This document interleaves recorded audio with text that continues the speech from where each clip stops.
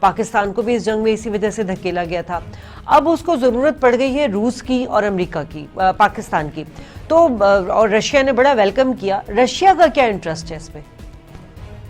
دیکھیے Russian interest تو بہت واضح ہے کہ امریکہ کی ودرال روس کا انٹرسٹ ہے اس ریجن میں, کیونکہ یہ تو ایک طرح سے ٹھیک ہے وہ سپر پاور رائیولری ختم ہو چکی ہے, پرانا جو سپر, لیکن یہ ایک طرح سے آپ جیسے آپ نے کہا کہ امریکہ نے پاکستان اور افغان کو روس کے خلاف استعمال کیا, اور اب رشیا کی باری ہے کہ وہ پاکستان کو اور افغان کو امریکہ کے خلاف استعمال نہیں کریں گے. لیکن میں یہ سمجھتی ہوں کہ یہ ایک بروکر کی, ایک پوزیشن آف کانفلکٹ ریزولوٹر کی اب یہ رشیا کی اس میں پوزیشن بنتی ہے, اور ظاہر ہے اس کا انٹرسٹ یہی ہے کہ اس ریجن میں امریکہ کی پریزنس جو ہے وہ اس ریجن کا پورا بیلنس سسٹم آؤٹ کر رہی ہے, وہ خراب کر رہی ہے, کیونکہ امریکن پریزنس کی وجہ سے انڈیا کو بھی اس میں موقع مل رہا ہے مستقل, اور پھر یہ کہ جو رشیا اور چائنا کی اس وقت دیکھا جائے تو یہ قریب آ رہے ہیں, کیونکہ ان دونوں بڑی پاورز کا انٹرسٹ یہی ہے کہ کم از کم ساؤتھ ایشیا کے ریجن امریکہ ودرا کرتا ہے, اور امریکہ کی ودرا ایک یہ مورل بھی ایک ان کے لیے ایک دھچکا ہے کہ اتنے سال رہنے کے باوجود امریکہ یہاں پہ اپنی مرضی کی حکومت نہیں قائم کر سکا, اور وہ اسٹیبلٹی نہیں لا سکے جو اس کے لیے وجہ سے وہ افغانستان میں آئے تھے. تو وہ ساری چیزیں جو ساری پالیسیز جو امریکہ نے روس کے خلاف کبھی استعمال کی تھی, وہ آج روس امریکہ کے ہی خلاف استعمال کر سکتا ہے اور کر رہا ہے. میرا خیال ہے کہ امریکن ودرال ہی ان کا مین آبجیکٹو ہے کہ کسی طرح. لیکن ایک سوال یہ بھی ہے کہ اگر امریکہ نکلنا چاہتا ہے افغانستان سے, جتنی اس کو شکست ہو چکی ہے, جتنی اس کی ہزیمت ہو چکی ہے, لیکن بائیڈن انتظامیہ جس طرح سے آپ نے بات کی, ہمیں نظر نہیں آ رہا کہ وہ, کیونکہ ابھی بھی ان کے تقریباً 10,500 کے قریب فوجی موجود ہیں نیٹو کے ساتھ, تو وہ خود وہاں سے وڈرا نہیں کرنا چاہ رہا ہے, کیونکہ پھر میدان ان کو کھلا ملے گا چائنا کو, اور وہ نہیں چاہتا کہ ایک جو بلاک بن رہا ہے جس میں چائنا ہے, ملیشیا ہے, ٹرکی اور بھی دیگر ممالک ہیں, ان کی کوئی انفلوئنس ہو جائے. جی بالکل, یہ بات آپ ٹھیک کہہ رہی ہیں کہ امریکہ اس طرح نہیں چاہتا کہ وہ پورا یعنی ایک ویکیوم کریٹ ہو جائے. اسی لیے امریکہ چاہتا ہے کہ کوئی ایسی سیٹ اپ بن جائے افغانستان میں کہ اس کی مستقل ضرورت بھی پڑتی رہے اور اس کی موجودگی برقرار رہے. یعنی امریکہ مکمل طور پہ ودرال نہیں چاہتا ہے, اور یہ جس کو بائیڈن کی پالیسی اب ہم کہہ رہے ہیں, مگر یہ تو ایک امریکن پالیسی کنسسٹنٹ ہے. ایک وقت میں کیونکہ ٹرمپ کا مسئلہ یہ تھا کہ وہ ایک یعنی شاید ان کے آبجیکٹو پرسنل آبجیکٹو تھے, جو بھی تھا نوبل پیس پرائز یا کوئی بھی ان کے ایمبیشن تھے, لیکن اگر over all American policy in holistic manner دیکھا جائے تو امریکہ کبھی بھی ایسی پالیسی نہیں کری جس میں ایک ویکیوم کریٹ ہو اور پھر اس میں دوسرے ایکٹرز کو جگہ ملے کہ وہ اس میں یعنی وہ اپنے پنجے یہاں گاڑ لیں. تو اس وجہ سے امریکہ نکلنا اس لیے چاہتا ہے کہ یعنی پارشلی نکلنا چاہتا ہے, مکمل ودرال کبھی بھی نہیں چاہتا امریکہ. ٹھیک ہے. رحیم اللہ یوسف صحیح صاحب, بہت شکریہ آپ نے جوائن کیا. سر آپ کس طرح دیکھ رہے ہیں جو پچھلی جو میٹنگ ہوئی تھی دوحہ میں ہم نے دیکھا تھا, اس کے بعد اب یہاں پر ماسکو میں یہ میٹنگ, اور بڑی کہہ رہے ہیں کہ ہائی لیول میٹنگ ہے, اس میں ہائی لیول ڈیلیگیشنز موجود ہیں, کیا ڈیولپمنٹ ہو سکتی ہے سر اس پہ؟ دیکھیں, پہلے بھی اس طرح کی کانفرنسیں افغانستان کے حوالے سے رشیا نے کی ہیں, اور یہ ان کی ایک نئی کوشش ہے. انہوں نے کہا تھا شروع میں کہ چونکہ دوحہ کے بین الافغان مذاکرات میں کوئی پیش رفت نہیں ہو رہی, تو ہم ایک نئی کوشش کرتے ہیں اور یہاں ماسکو میں میٹنگ بلاتے ہیں. تو اس میں بہت کم ملکوں کو بلایا گیا ہے. دیکھیں, امریکہ ہے, چین ہے, پاکستان ہے اور ایران ہے, اور اس کے علاوہ طالبان ہے اور افغان حکومت ہے. تو یہ ایک مختصر میٹنگ ہے, اور روسی کہتے ہیں کہ یہ کانفرنس نہیں ہے بلکہ یہ ایک میٹنگ ہے, اور ہم چاہیں گے کہ کھل کر بات کریں. لیکن میرے خیال میں دیکھیں, یہ امریکہ نہیں چاہے گا کہ جو اس طرح ایک انیشیٹو ہے امن کے لیے وہ کوئی اور ملک کرے, خاص طور پہ روس یا چین, کیونکہ وہ اس کے مخالف رہے ہیں. پھر ایران سے بھی امریکہ کے مسئلے حل نہیں ہوئے. تو میں نہیں سمجھتا کہ یہ ماسکو کی جو کانفرنس ہے یا میٹنگ ہے اس میں کوئی بات زیادہ آگے بڑھے گی. ٹھیک ہے, مل بیٹھنا اچھی بات ہے, کچھ تجاویز بھی آئیں گی, لیکن اصل میں جو امریکہ کا ارادہ ہے وہ یہی ہے کہ ترکی میں استنبول میں کانفرنس ہو بین الافغان اور اس میں کوئی پیش رفت ہو. وہ تو یہ کہہ رہے تھے کہ وہاں پر ایک امن معاہدہ ہو جائے طالبان کا اور افغان حکومت کا, لیکن وہ ظاہر ہے ایسا ممکن نہیں ہوگا. اور پھر وہ جو یو این کے تحت وہ ایک کانفرنس بلانا چاہ رہے ہیں وزرائے خارجہ کی, اہم علاقائی طاقتوں کی, تو وہ بھی ان کے لیے اہم ہے. لیکن آج جو بائیڈن کا بیان آ گیا اس کے بعد میرے خیال میں صورتحال کچھ تبدیل ہوتی نظر آ رہی ہے. ٹھیک ہے. اچھا سر, ایک بڑا امپورٹنٹ سوال یہ کہ افغانستان میں شکست کے بعد اب کیونکہ اسی روس کے لیے تو ایک کریٹ کی گئی تھی جنگ, اب روس سے ہی مدد مانگنا, مطلب امریکہ جو ہے وہ اتنا گھٹنوں پر آ گیا ہے. دیکھیں روس کو انہوں نے شامل تو کیا ہے, جو یہ یو این کی کانفرنس ہوگی اس میں روس کو بھی دعوت دی گئی اور چین کو بھی کی, حتیٰ کہ ایران کو بھی بلایا گیا ہے. پہلے امریکہ نے کبھی ایران کو اس طرح کی مشاورت میں شامل نہیں کیا. تو یہ امریکہ کی کچھ مجبوریاں ہیں اور اس کو یہ احساس ہو گیا ہے کہ وہ اکیلے یہ مسئلہ نہیں حل کر سکتے. اگر ایک بھی علاقائی طاقت کوئی ہمسایہ ملک وہ تعاون نہیں کرے گا, اسپوائلر کا کردار ادا کرے گا, تو پھر معاملات مکمل طور پر حل نہیں ہوں گے اور پائیدار امن قائم نہیں ہوگا. تو انہوں نے اسی لیے انڈیا کو بھی بلایا ہے تاکہ اس کے بارے میں جو پاکستان کی شکایت ہے اس کو بھی سنا جائے اور دیکھا جائے. یہ روس کا بڑا ایک اس وقت مثبت کردار ہے. حالانکہ آپ نے جس طرح ذکر کیا سوویت یونین نے 1979 میں حملہ کیا, تقریباً 10 سال وہ جنگ لڑتے رہے, ناکامی ہوئی. اس کے بعد یہ ایک بڑی وجہ تھی کہ سوویت یونین جو ہے وہ ٹوٹ گیا, بکھر گیا. تو میرے خیال میں روس کو پتہ ہے کہ دو بڑے مسئلے ہیں اس کو افغانستان کی سرزمین سے. ایک تو داعش ہے, القاعدہ ہے, اس طرح کی تنظیمیں ہیں, اور ایک منشیات جو روس میں بھی پہنچتی ہیں اور پھر آگے یورپ میں جاتی ہیں. تو وہ کہتا ہے کہ اگر افغانستان میں پائیدار امن قائم ہو جائے اور امریکی فوج یہاں سے نکل جائے تو ان کے لیے خطرات بھی کم ہوں گے اور ان کے جو بڑے بڑے مسئلے ہیں وہ بھی شاید حل ہو جائیں. اچھا سر, ایک اور امپورٹنٹ چیز یہ ہے کہ جس طرح ہم نے دیکھا تھا کہ اتنے سال جنگ لڑی, ان کو سمجھ آ گئی کہ طاقت کے بلبوتے پہ وہ طالبان کو نہیں ہرا سکتے. اب ان کی کوئی ایکسیپٹنسی ہمیں نظر آ رہی ہے یو ایس اے کے کہ وہ چاہتے ہیں کہ طالبان جو ہے وہ سیاسی دھارے میں آئیں. ایک تو اشرف غنی کو انہوں نے آفر کی کہ بھائی آپ ایک عبوری حکومت بنا لیں. دوسرا یہ بھی جب انہوں نے اس کو مسترد کیا, انہوں نے کہا اچھا ان کو پارلیمنٹ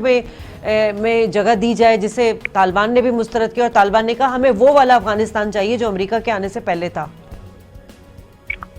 ہاں دیکھیں, ظاہر ہے یہ خواہشات تو ہیں, طالبان کی اپنی خواہشات ہیں اور وہ 20 سال سے جنگ کر رہے ہیں, مزاحمت کر رہے ہیں. امریکہ نے کوشش کی فوجی حل نکالنے کی, ناکامی ہوئی. تو اب ظاہر ہے جب دونوں کو کوئی بڑی فوجی کامیابی نہیں ملی, امریکہ کو, نیٹو کو اور پھر طالبان کو بھی, تو وہ ظاہر ہے انہیں کمپرومائز کرنے پڑیں گے. کچھ لوگ کچھ دو کی بنیاد کے اوپر فیصلے کرنے پڑیں گے. افغان حکومت تیسرا اہم فریق ہے, وہ ذرا کمزور ہے, اور امریکہ تو طالبان کی قوت کو اس طرح پیش کر رہا ہے جیسے یہ افغان حکومت ہمارے نکلنے کے بعد ختم ہو جائے گی, یہ نہیں رہے گی. اور کل ہی ان کے ایک جو نمائندے ہیں سیگار کے سربراہ امریکہ میں جان سوکو, وہ کہہ رہے ہیں کہ کچھ ہی ہفتوں میں افغانستان کی جو فضائی قوت ہے, ایئر فورس ہے, وہ بالکل ختم ہو جائے گی, کیونکہ جب امریکی امداد رک جائے گی اور امریکی فضائیہ نکل جائے گی تو ایک خوف کی انہوں نے فضا قائم کر دی ہے افغان حکومت کے لیے. طالبان کو بھی وہ کہہ رہے ہیں کہ وہ 90 دن کے لیے جنگ بندی کریں. لیکن میرے خیال میں امریکہ کا جو اس وقت رویہ ہے وہ یہ ہے کہ وہ چاہتا ہے کہ کسی مفاہمت کے ذریعے حل نکالا جائے اور ایسا نہ ہو کہ آئندہ پھر سے افغانستان کی سرزمین سے 9/11 کی طرح حملہ امریکہ کے اوپر ہو جائے. اس لیے آپ دیکھ رہے ہیں نا کہ بائیڈن کہہ رہے ہیں کہ یہ ممکن ہے کہ ہم اپنی فوج کو 1 مئی تک نکالیں, لیکن یہ بڑا مشکل. ٹھیک ہے شائستہ صاحب، رحیم صاحب نے جو جس مفاہمت کی بات کی کہ امریکہ یہ مفاہمت چاہتا ہے، تو اسی کا ایک ہمیں نظر آیا ایک ایگزامپل کہ U S secretary of state جو اینٹنی بلنکن ہے، انہوں نے افغان سرور کو جب خط لکھا تو اس میں انہوں نے نیو انکلوسو گورنمنٹ کا کہہ کر ان کو مخاطب کیا. تو یعنی وہ بھی چاہ رہے ہیں اب کہ طالبان جو ہے وہ افغان سیاسی دھارے میں آئیں. شائستہ سے ہمارا رابطہ منقطع ہو گیا. ناظرین بریک لیں گے، بریک کے واپس آئیں گے تو اس سلسلے کو آگے بڑھائیں گے.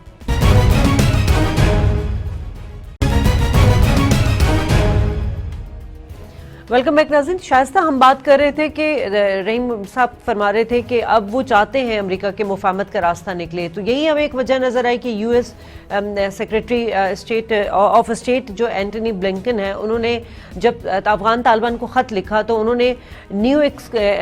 انکلوسو گورنمنٹ کہہ کر مخاطب کیا. یعنی وہ اب سمجھ چکے ہیں کہ طاقت سے طالبان کو شکست نہیں دی جا سکتی، اب ان کو قومی دھارے میں لانا چاہیے. جی یہ دیکھیے، یہ پہلے بھی اس طرح کے یہ پروپوزل آ چکے تھے، اور یہ انکلوسو گورنمنٹ کا جو بات کی جا رہی ہے، اصل میں اس کی کمپوزیشن کے اوپر ابھی سیٹلمنٹ نہیں ہو سکا ہے. تو ساری وہ امریکن یہ تو کہہ رہے ہیں کہ طالبان کو ایک پولیٹیکل پروسیس میں ڈالا جائے اور ان کو اس گورنمنٹ کا حصہ بنایا جائے، مگر اصل جو پرابلم آ رہی ہے وہ دونوں کا کنسنسس ہے ایک پروسیس کے اوپر کہ کس طرح سے یہ انٹرم گورنمنٹ بنے گی اور الیکشن کے ذریعے بنے گی یا کون لوگ اس کے اندر شامل ہوں گے. تو یہ تو پہلے بھی امریکنز کہہ رہے تھے کہ ٹھیک ہے یہ اس طرح کا کوئی سیٹ اپ ہو جائے پولیٹیکل، تاکہ ان کو موقع ہو کہ وہ یہاں سے ودرا کر جائیں. لیکن ایشو تو یہ ہے کہ کنسنسس نہیں ہو پا رہا ہے. جن ٹرمز اینڈ کنڈیشن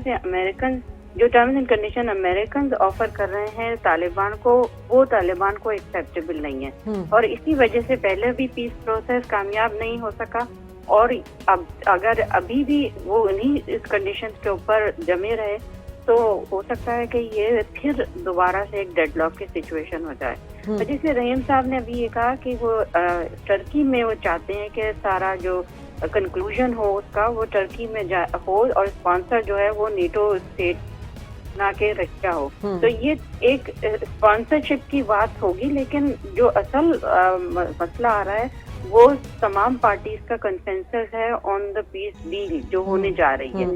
بنتی ہے وہ ایگریمنٹ بنتا ہے کہ نہیں بنتا، اصل تو یہ ہے کہ کب امریکنز ودرا ہوں گے اور جب وہ واپس چلے جائیں گے تو پھر کون سا set up political set up ہوگا جو موجودہ اشرف غنی گورنمنٹ کو بھی ایکسیپٹیبل ہو اور طالبان کو بھی ایکسیپٹیبل ہو اور پھر ساتھ میں امریکن کو بھی ہو. تو یہ ڈیڈ لاک سچویشن ہی ہے ابھی بھی، اور دیکھیے کہ آگے جا کے کس طرح سے اس کو سیٹل کیا جاتا ہے. ٹھیک ہے تو رحیم صاحب پھر اس طرح تو معاملات سیٹل ڈاؤن نہیں ہوں گے اگر کنسنسس نہیں ہو رہا، ڈیڈ لاک برقرار ہے، تو مئی آنے میں بھی کوئی زیادہ وقت تو نہیں رہ گیا ہے. آپ کو لگتا ہے کہ ڈیڈ لاک ایک مہینے میں ختم ہو جائے گا؟ کیونکہ انٹرا افغانستان مذاکرات تو چل ہی رہے تھے، لیکن اس لیول پہ جو معاملات مذاکرات چل رہے ہیں وہ کہیں کسی نتیجے پر نہیں پہنچ پا رہے. میرے خیال میں امریکہ کا تو جو ریویو تھا امریکہ کی افغان پالیسی یا ٹرمپ کا جو معاہدہ تھا طالبان کے ساتھ، وہ ریویو ابھی مکمل نہیں ہوا. رسمی طور پر انہوں نے کوئی اعلان نہیں کیا کہ ہماری یہ نئی پالیسی ہوگی یا ہم لوگ جو ہیں نکلیں گے یا نہیں نکلیں گے افغانستان سے 1 مئی تک. دیکھیے ابھی بھی یہ جو بائیڈن نے بات کی ہے نا، وہ یہ کہہ رہے ہیں کہ یہ ممکن ہے لیکن بڑا مشکل ہے. تو وہ کوئی کلیئر سگنل نہیں دے رہے. جب وہ کلیئر بات کریں گے تو پھر ظاہر ہے حالات ذرا واضح ہو جائیں گے اور ان کانفرنسوں کا فائدہ بھی ہوگا. اب تو طالبان نے فوراً بائیڈن کے بیان کا جواب بھی دیا. انہوں نے کہا کہ اگر یہ نہیں نکلیں گے تو پھر ظاہر ہے وہ جو ان کی جنگ بندی ہے وہ ختم ہو جائے گی، وہ پھر اپنے حملے شروع کر دیں گے غیر ملکی فوج کے خلاف. آپ دیکھیں جب سے یہ معاہدہ ہوا ہے پچھلے سال فروری میں، طالبان نے کوئی امریکہ اور نیٹو کی فوج کے اوپر حملہ نہیں کیا، ایک غیر ملکی فوجی نہیں مارا گیا. تو طالبان تو کہہ رہے ہیں کہ ہم نے معاہدے کے اوپر عمل درآمد کیا ہے. امریکی کہہ رہے ہیں کہ طالبان نے اپنے رشتے ناطے القاعدہ کے ساتھ ختم نہیں کیے، یا انہوں نے اپنے حملوں میں اضافہ کر دیا، یا وہ سنجیدہ مذاکرات نہیں کر رہے. تو ان کے بھی گلے شکوے ہیں، طالبان کے بھی ہیں، لیکن یہ بات خوش آئند ہے کہ ان کے درمیان بات چیت بھی ہو رہی ہے۔ آپ کو پتہ ہے زلمے خلیلزاد اور جنرل اسکاٹ ملر ابھی حالیہ دنوں میں دوحہ گئے تھے اور وہاں طالبان رہنماؤں سے بات چیت کی تھی، تو بات چیت بھی ہو رہی ہے، تجاویز بھی سامنے آ رہی ہیں، اور میں سمجھتا ہوں کہ امریکہ کے لیے بڑا مشکل فیصلہ ہے، اور ویسے بھی بائیڈن چاہیں گے کہ ان کی پالیسی ٹرمپ سے مختلف ہو۔ وہ یہ الزام بھی لگا رہے ہیں کہ ٹرمپ نے جو معاہدہ طالبان سے کیا وہ سالڈلی نیگوشیٹ نہیں کیا، حالانکہ جس نے نیگوشیٹ کیا تھا زلمے خلیلزاد، اس کو پھر سے انہوں نے اپنا خصوصی نمائندہ مقرر کر دیا، یعنی وہی مذاکرات کر رہے تھے اس معاہدے کے اوپر بائیڈن کو اعتراض ہے، اور وہی پھر سے بھی مذاکرات کریں گے۔ ٹھیک ہے شائستہ، اب یہی بات اگر ہم اس کو اس طرح انٹر لنک کریں کہ رحیم صاحب نے کہا کہ زلمے خلیلزاد نے بھی اور جنرل اسکاٹ نے بھی جا کے ملاقاتیں کی ہیں، اور ہم نے دیکھا تھا کہ جب 28 جنوری 2021 کو ملا عبدالغنی جو ہیں وہ گئے تھے ان کی سربراہی میں، وہ کاغستان بھی گئے تھے، تہران بھی گئے تھے، اور پھر یہی ہم نے دیکھا کہ محمد صادق صاحب جو ہے وہ سابق سفیر پاکستان کے، وہ بھی تہران پہنچے تھے، مشاورت ہوئی تھی۔ اس طرح کی ایکٹیویٹی کو کس طرح دیکھا جائے، کیا پازیٹیو سائن نظر آ رہا ہے اس میں آپ کو؟ یہ تو ایک پازیٹیو سائن جو ہے وہ افغان طالبان کی طرف سے زیادہ نظر آتا ہے کہ تو وہ بھی یہ چاہتے ہیں کہ معاملات جو ہیں وہ ٹیبل کے اوپر ہی طے ہو جائیں، یعنی یہ ایسی سچویشن نہ آئے کہ وہ پھر دوبارہ سے جنگ اور خونریزی کی طرف جائیں۔ یہ ایک طرح سے میرا خیال ہے کہ پازیٹیو اپروچ ہے جو افغان طالبان نے کافی عرصے سے ہمیں نظر آ رہا ہے کہ جب انہوں نے کسی قسم کی کوئی اگریمنٹ کیا تو اس پہ بھی وہ جم گئے، اور اس کے بعد جنگ بندی کا احترام بھی کیا، اور انہوں نے اس طرح ڈکلیئر کر دیا کہ اگر امریکہ اپنے جو معاہدے اگر جمع قائم نہیں رہے گا یا اس کو فلفل نہیں کرے گا تو پھر ہمارا نیکسٹ اسٹیپ یہی ہوگا۔ تو میں سمجھتی ہوں کہ یہ ایک بہت پازیٹیو اور پیسفل ایکٹیویٹی ہے جو اب شروع ہو گئی ہے ایٹ لیسٹ افغان کانفلکٹ میں، اور پاکستان نے بھی اس میں بہت ایک پازیٹیو رول کانفلکٹ ریزولوشن کا پلے کیا ہے، یعنی پاکستان کی طرف سے بھی کافی انیشیٹیوز لیے گئے۔ تو اگر یہ انیشیٹیو افغان طالبان کی ہی مرضی سے آگے بڑھے نا، اگر وہ نہیں چاہ رکھتے تو پھر یہ معاملات کیسے آگے بڑھتے؟ تو میرا خیال ہے کہ یہ ایک یقیناً ایک پازیٹیو ایکٹیویٹی ہے، اور یہ معاملہ امید یہ کرنی چاہیے کہ یہ پیسفلی ہی ریزالو ہو جائے گا۔ ٹھیک ہے رحیم صاحب، اب بھارت کا اگر کردار ہم دیکھ لیں تو جیسے بھارتی میڈیا بھی کلیم کرتا رہا ہے کہ ہمارے بغیر جو ہے یہ پیس پروسیس مکمل نہیں ہو سکتا، لیکن ہم نے دیکھا کہ اس میٹنگ میں جو ہے ہمیں بھارت نہیں نظر آیا۔ اب بھارت کا فائدہ اس میں نہیں ہے کہ افغانستان سے امریکی فوج یا نیٹو فوج نکل جائے، وہ چاہے گا کہ اس خطے میں یہ لوگ موجود رہیں تاکہ وہ کشمیر میں بھی جو قبضہ کیا ہوا ہے اس نے اس کا جواز، اس کی جسٹیفیکیشن دے سکے۔ دیکھیں روس کا جو رویہ ہے وہ بڑا حقیقت پسندانہ، انہوں نے بھارت کو نہیں بلایا، ماسکو کانفرنس میں بھارت شامل نہیں، امریکہ نے بھارت کو بلایا ہے، اور امریکہ آپ کو پتہ ہے کہ پہلے بھی بھارت کو انکریج کرتا رہا ہے کہ وہ ایک مزید فعال کردار افغانستان میں ادا کرے۔ حتیٰ کہ ٹرمپ نے تو ایک بار کہا تھا کہ بھارتی اپنی فوج کو بھیجیں افغانستان میں، تو ظاہر ہے بھارت یہ غلطی نہیں کرے گا، اس کو پتہ ہے کہ یہاں پر جو بھی سپر پاور چھوٹی بڑی طاقت آئی اس کو مار ہی پڑی ہے۔ اب یہ ہے کہ دیکھیں بھارت ہمیشہ سے طالبان کا مخالف رہا ہے، ابھی بھی ہم کبھی کبھار بھارتی میڈیا میں پڑھتے ہیں، اکا دکا لوگ کہتے ہیں کہ بھارت کو چاہیے کہ وہ طالبان کے ساتھ تعلقات بنائیں، طالبان ایک حقیقت ہے، لیکن ابھی تک یہ پالیسی جو ہے یہ فیصلہ نہیں کیا گیا۔ تو وہ افغان حکومت کے جو حامی ہیں، اس سے پہلے وہ افغان کمیونسٹ حکومت کے حامی تھے، افغان مجاہدین کی بھی مخالفت بھارت نے کی تھی، روسی حملے کی حمایت کی تھی، امریکی حملے کی حمایت کی ہے۔ تو بھارت کا جو رویہ ہے